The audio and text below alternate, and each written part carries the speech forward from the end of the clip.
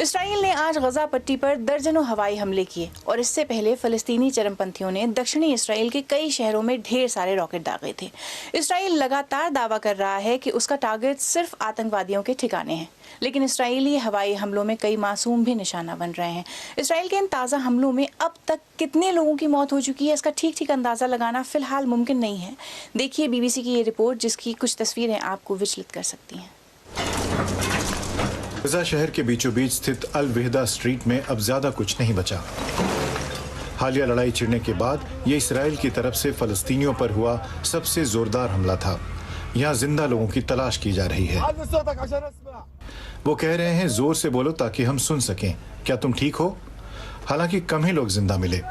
अपने बच्चों को लेकर भागे लोग ये दिन कभी नहीं भूलेंगे। जब मैं अपने छोटे बच्चे को ले जा रहा था तो उसने कहा कि पापा, मैं मरना नहीं चाहता। ये बेहद दुखद है। ये शहर बिल्कुल सुरक्षित नहीं रहा। इसराइल के प्रधानमंत्री बिन्यामिन नेतन्याहू ने अपने सुरक्षा प्रमुखों के साथ बैठक की। इसमें युद्ध विराम पर चर्चा नहीं हुई। गजा सीमा की ओर जाते समय कुछ बस्तियां दिखती हैं। यहाँ की सरकार का कहना है कि हमला रोकने तक ये बस्तियां रॉकेटों से सुरक्षित रहेंगी। हमास के साथ दूसरे युद्धों के दौरान भी इसराइली नेताओं ने यही कहा था। इसराइली सेना ने अपने एंटी मिसाइल सिस्टम आयरन डोम का इस्तेमाल किया है।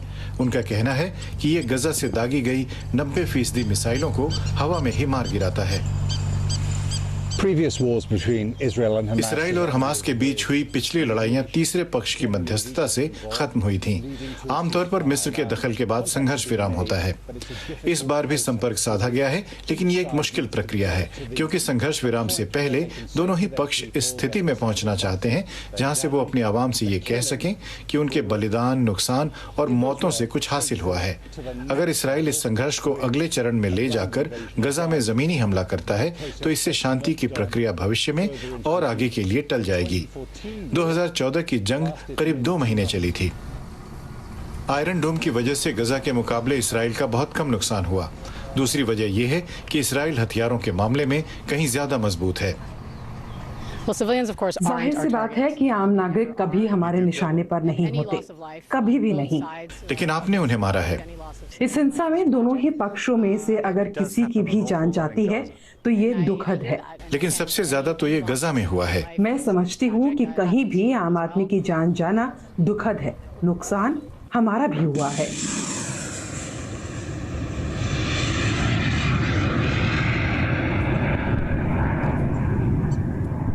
जब हम वहां थे तो गजा की ओर से कई मिसाइलें इसराइल के अश्कलोन शहर को निशाना बनाते हुए दागी गईं। आयरन डोम सभी मिसाइलों को नहीं रोक पाया, पर यह हमला उतना घातक नहीं था। गजा में 6 साल की सूजी एशकुंताना को मलबे से निकाला गया। उनकी मां, 2 बहनें और 2 भाई इस हमले में मारे गए। सूजी के पिता रियाद को यही लगा था कि परिवार में वो अकेले ही बचे हैं। वो ईश्वर का शुक्रिया अदा करते हुए कहते हैं कि एक दिन शायद सूजी में उनकी बाकी बेटियों की मुस्कान नजर आएगी।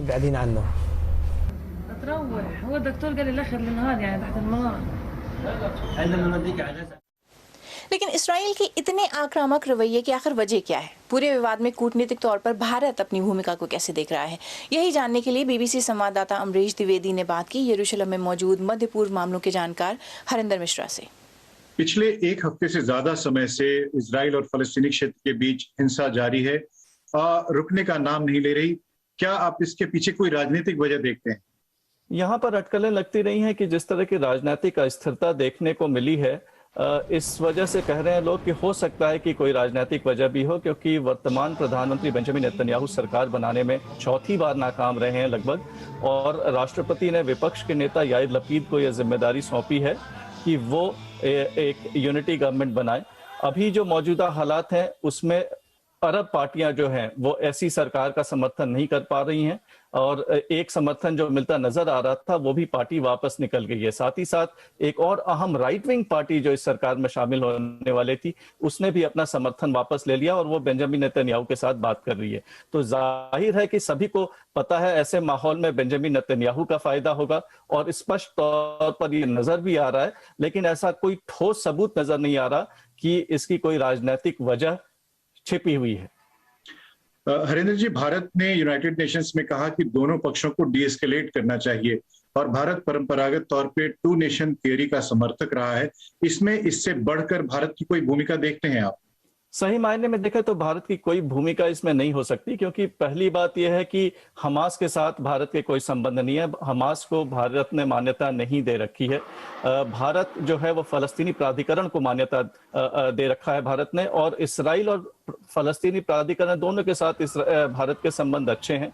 लेकिन भारत ने हमेशा एक संतुलन बनाने की कोशिश की है दोनों पक्षों के बीच, कभी मध्यस्थता की भूमिका नहीं निभाई है। हालांकि दोनों ही पक्ष भारत का सम्मान करते हैं, और भारत से अगर दोनों पक्ष अगर इस तरह का कोई रिक्वेस्ट करें तो जाहिर है कि भारत जो है वो कोई भूमिका निभाएगा।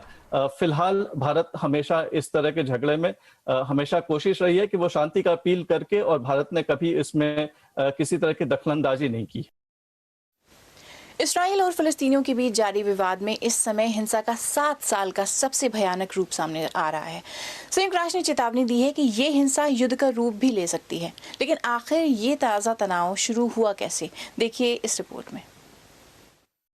इसराइल और फलस्तीनियों के बीच विवाद की जड़ में है यरूशलेम, पवित्र स्थलों वाला वो शहर जहां तनाव हमेशा सुलगता रहता है। लेकिन इस ताज़ा विवाद की शुरुआत कैसे हुई? इजराइल के कब्जे वाले पूर्वी यरूशलेम से कुछ दर्जन परिवारों को उनके घरों से हटाने की धमकी दी गई थी, जिस पर विवाद हो रहा था। इन परिवारों की जगह यहाँ यहूदी बसने वाले थे। वहीं सूर्यास्त के वक्त पुराने शहर की दहलीज पर फलस्तीनियों के इकट्ठा होने पर पाबंदी को लेकर भी इजरायली पुलिस और फलस्तीनियों के बीच तनाव था। रमजान का आखिरी हफ्ता आते आते ये तनाव अल-अक्सा मस्जिद तक पहुंच गया। इजरायली सुरक्षा बलों ने आरोप लगाया कि फलस्तीनी मस्जिद से पथराव कर रहे हैं।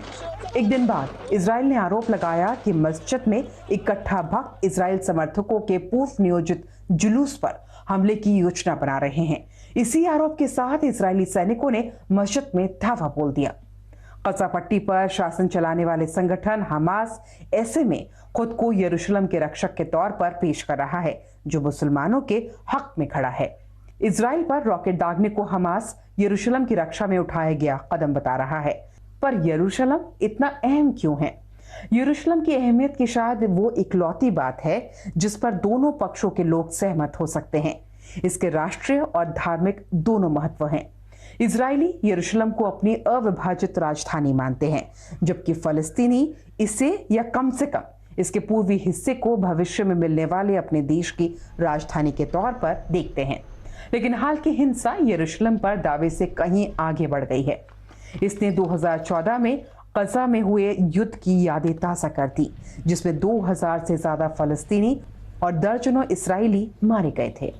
यही वो मौका था जब आखिरी बार इतनी भयानक हिंसा हुई थी। और अब अंतर्राष्ट्रीय समुदाय की क्या प्रतिक्रिया है? हर किसी की चिंता बढ़ रही है। संयुक्त राष्ट्र के महासचिव ने कहा है कि बातचीत ही हिंसा को पीछे छोड़ने का इकलौता तरीका है और इस पर अमल होना चाहिए। लेकिन अभी दोनों ही पक्षों में से कोई भी पीछे हटने को तैयार नहीं दिख रहा है। और हमेशा की ही तरह इस बार भी दोनों ही तरफ से आम नागरिक कीमत चुका रहे हैं।